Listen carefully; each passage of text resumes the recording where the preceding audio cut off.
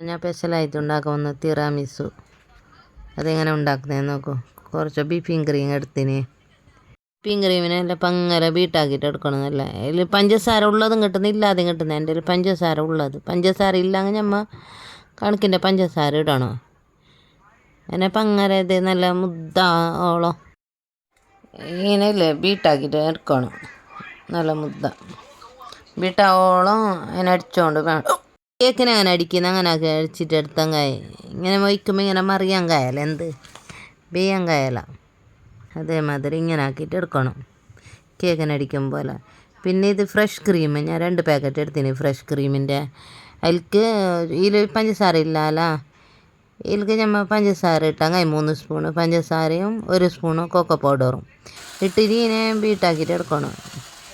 അങ്ങനെ മിക്സ് ആക്കിയിട്ട് എടുക്കണം. പിന്നെ അങ്ങനെ നോക്കല്ല ഇട്ടിട്ട് ഞാൻ ഒരു സൈഡിൽ പറ്റുന്നു കോപ്പീൻ്റെ വെള്ളമാക്കാൻ വേണ്ടിയിട്ട്. ചൂട് വെള്ളം എടുത്ത് ഇതാക്കിയിട്ട് ഇളാൻ ചൂടാകുമ്പോൾ ഈ കോപ്പിക്ക് ഒഴിച്ചങ്ങായി.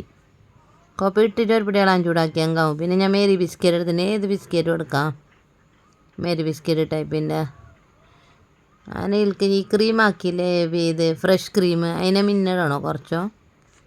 അതിൻ്റെ മുകളിലേക്ക് ഈറിൻ്റെ ബിസ്ക്കറ്റായിട്ടില്ലേ ലെയർ അങ്ങനെ വെക്കണം.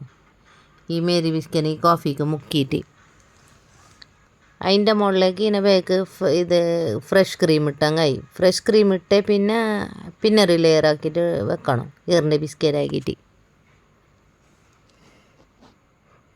കേക്ക് ടൈപ്പ് തന്നെയാണ് നല്ല ടേസ്റ്റ്.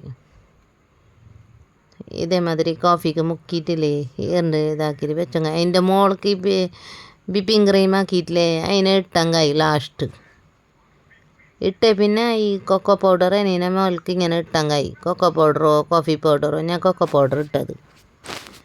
പിന്നെ 1 മണിക്കൂർ അതിനെ ഫ്രിഡ്ജിൽ വെക്കണം. നല്ല കേക്ക് അങ്ങനെ വെക്കുന്ന തന്നെ നല്ല ടേസ്റ്റ് തിന്നാൻ നല്ലതാണ്. ഇങ്ങനെയെല്ലാം ഇതാക്കാൻ